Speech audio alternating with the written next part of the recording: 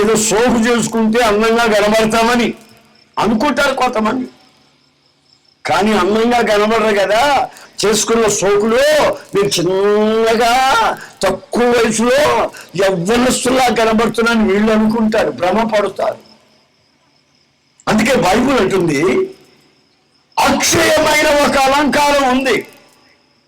అక్షయమైన అలంకారం అట. అదేమిటది? గుణము అనే అలంకారం.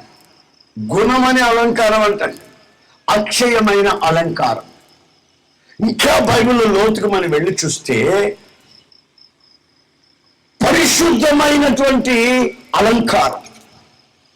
బైబిల్ అంటుంది, పరిశుద్ధ అలంకారంతో నన్ను ఆరాధించండి. Beauty of holiness,